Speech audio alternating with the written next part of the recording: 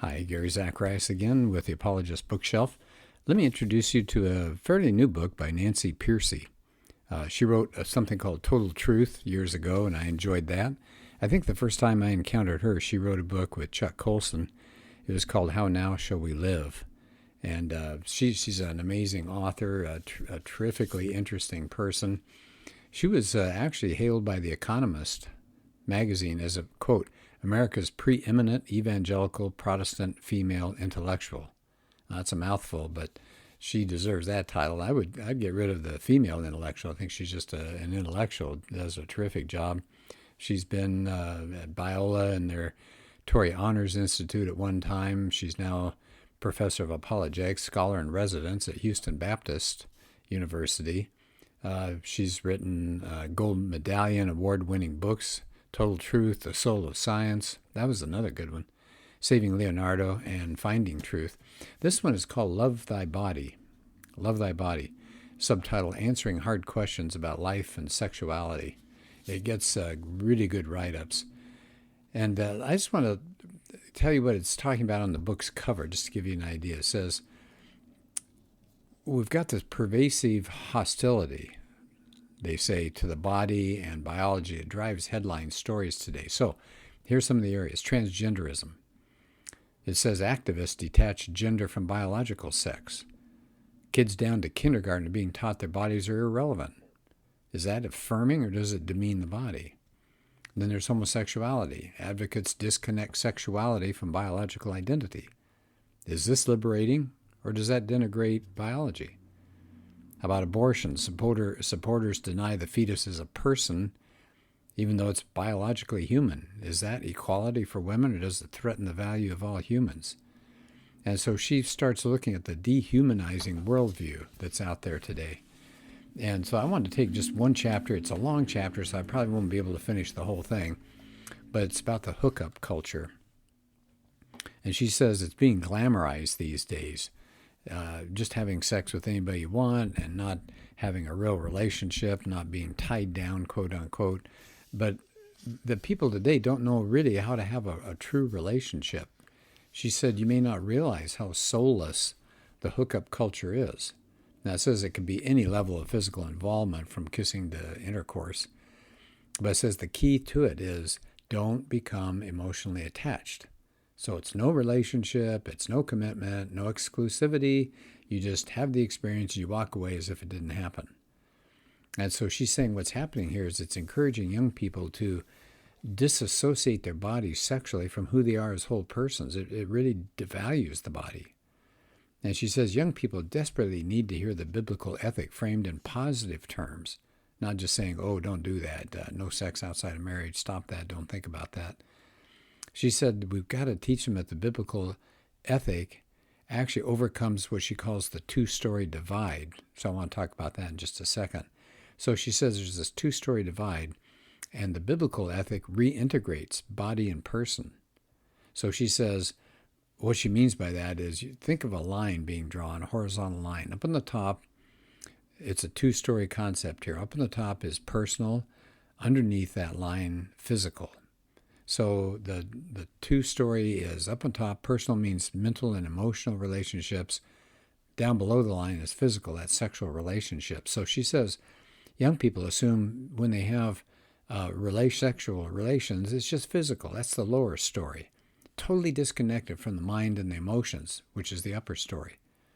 And she says sexual intercourse, which is the most intimate of bodily relations, has been disconnected from personal relations. She says sexuality is treated not as a complete expression of our selfhood, but just an instrument for physical release and recreation. And she's, I guess, done some studies and gotten some comments back from students. And it says they have meaningless sexual encounters, and they're finding them really disappointing. It says even Miley Cyrus was reported as saying this. I'm just going to leave part of the word blank. You'll know what I'm talking about. But this is Miley Cyrus. Effing is easy. You can find someone to F in 5 seconds. We want to find someone we can talk to and be ourselves with. That's fairly slim pickings. Isn't that interesting to hear that from somebody who's, in a sense, promoting the very thing that she says doesn't work very well? And she says, actually, with students who try to have these hookup appointments, don't realize what it's doing to them. And then they are getting emotions involved, but they want to subdue those somehow. They try to suppress them. It says they often turn to alcohol. And again, she's, I guess, read some reports on this. It says many students admit that getting drunk is the only way they can go through with having sex with people they don't like or even know. Isn't that something? It says, regardless, she's reporting what somebody said, regardless of what students brag about or tell their friends, most are terrible at shutting out the emotional dimensions of sexual intimacy. So the hookup culture gives us an inadequate conception of what humans really are. And there's that contradiction that what they think and what the reality is are two different things. She says that contradiction provides an opening. We can make the case that the secular view is flawed. See, that's what we need to get back to for all of these social things, whether it's transgenderism or homosexuality or same-sex marriage, or in this case, just the way sex is being conducted, that we can see that the secular view in every case is flawed. It's wrong. It's harmful. And so we as Christians, I think we need to state the positives of our view, the good that it does, as opposed to, oh, don't do that. Well, let's go to the next part of her chapter here. She talks about Peter Singer of Princeton. He says, sex raises no unique moral issues at all. So for him, the act of sex is amoral. It has no moral significance.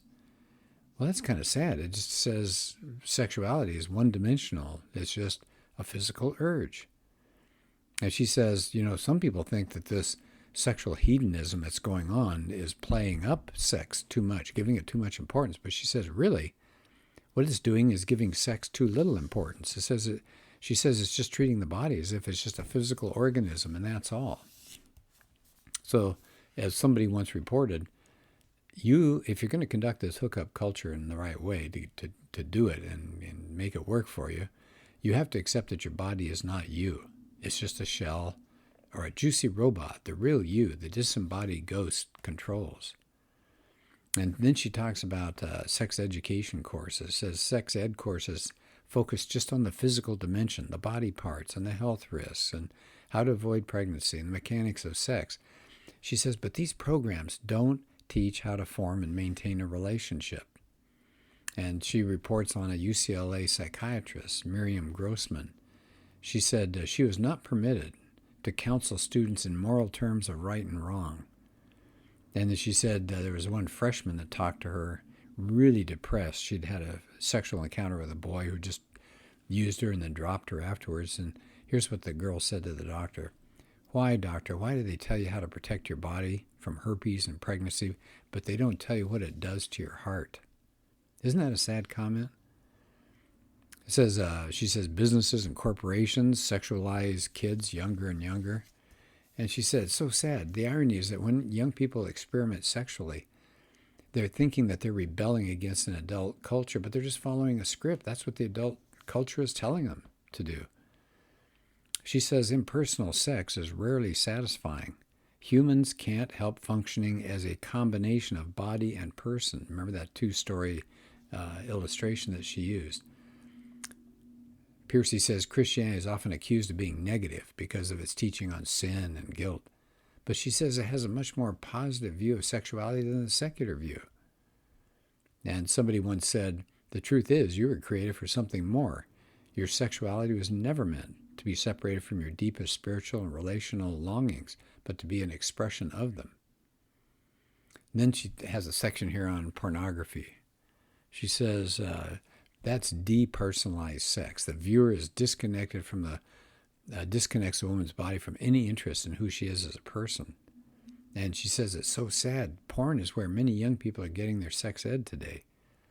Young people are just being overwhelmed in sexual imagery, but sexual intimacy is increasingly hard to achieve, she says. Even the Washington Post said porn is a public health crisis.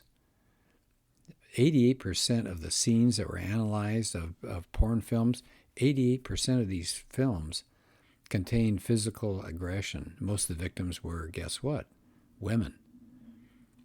Pearcey says the average age that a boy first encounters pornography. You want to guess this?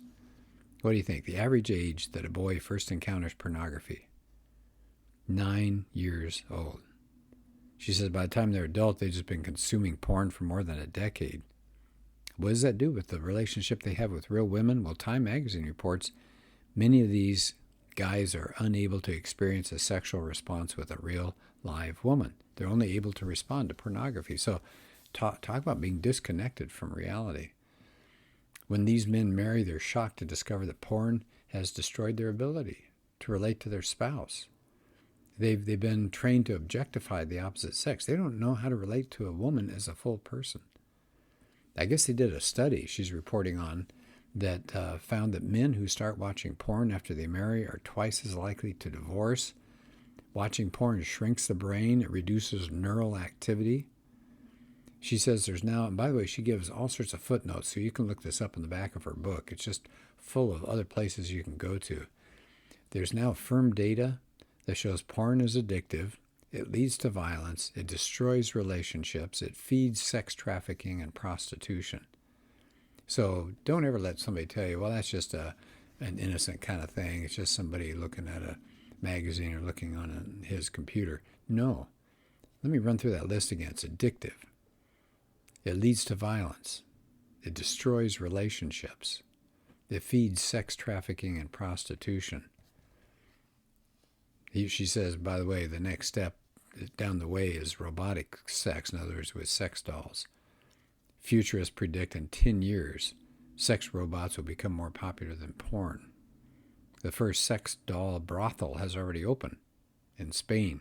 And she said that is when you substitute people for, if you substitute machines for people, you've got the ultimate depersonalization there. Let me just do one more section because I think this is interesting. This is the science of sex. She says if you pick up any book that deals with sexuality, there'll be a huge section there about how hormones play a role. Oxytocin and vasopressin. It says scientists first learned about oxytocin because it had something to do with childbirth and breastfeeding. So the chemical is released when a mother nurses her baby, and it, in a sense, it stimulates an instinct to care and to nurture. Some people call it the attachment hormone. Well, they found out that oxytocin, I hope I'm pronouncing that right. Anyway, scientists discovered that same hormone is released during sexual intercourse, especially, not always, but especially in women. So even if you think you're having a no-strings-attached hookup, remember that hormone is going out there as a way to link the woman with the baby, but it's doing the same thing, the woman with the person she's having sex with. So you're really creating a chemical bond, whether you mean to or not, even if it's, quote, casual sex. Well, the same is true for men. The main neurochemical responsible for the male response is vasopressin. It's like oxytocin and has a similar emotional effect. It helps guys bond with a woman with offspring. It's been called the monogamy molecule. That's interesting. One doctor says you might say we are designed to bond. So now think about that. So repeatedly hooking up with people you don't really care about, you're connecting with them on a hormonal level, and then you're breaking that connection. So it says you're breaking that bodily promise. It says no wonder breakups are so painful for a lot of people. They just get so cynical about it. Even when young adults want to marry, they have a harder time making a lasting commitment. Really sad. There was a poll that she references here. Almost half of millennials have given up the hope or even the desire for a monogamous relationship. Oh, that's so sad to hear. Her point is that the hookup culture is unraveling our social fabric. It produces what kinds of adults? Isolated adults, alienated adults. They just come together for some physiological release, and then they go their own way. She says many people fail to learn how to form strong, resilient bonds so that you can establish a happy and fulfilling marriage and start your family. Pornography floods here's some more stuff that goes on with chemistry. Pornography floods the brain with dopamine. It's a rush of chemicals that rewires the brain's reward pathway. Becomes kind of like a default setting, she says. So eventually the brain gets overwhelmed by the chemical overload and just shuts down some of its receptors. Well, what does that mean? Well, that means the porn viewer doesn't get the same high, and then you got to go to something a little harder to feel that same dopamine effect. So that's why it's addictive. So there's a little bit of the chemical part to it. Well, like I said, this is a long chapter, and I will leave it at this point. But again, the book is Love Thy Body, Nancy Pearcey. I would highly recommend that. She covers, like I said, all sorts of different issues. Subtitle, Answering a Hard Question About Life and Sexuality. Let me just give you some ideas of the chapters here, some of the titles. The Joy of Death. That's interesting. Dear Valued Constituent. How the Homosexual Narrative Demeans the Body. Transgender. God Should Have Made Me a Girl. And then other things. But that's a book that I think everybody should read, because the social issues are getting to be a big part of how Christianity has to wrestle with our society. We're buying in to a lot of these social things that are damaging to people. We're seeing wrecked lives because of it. Well, thank you for joining me, and I hope to have another podcast coming shortly. Thanks.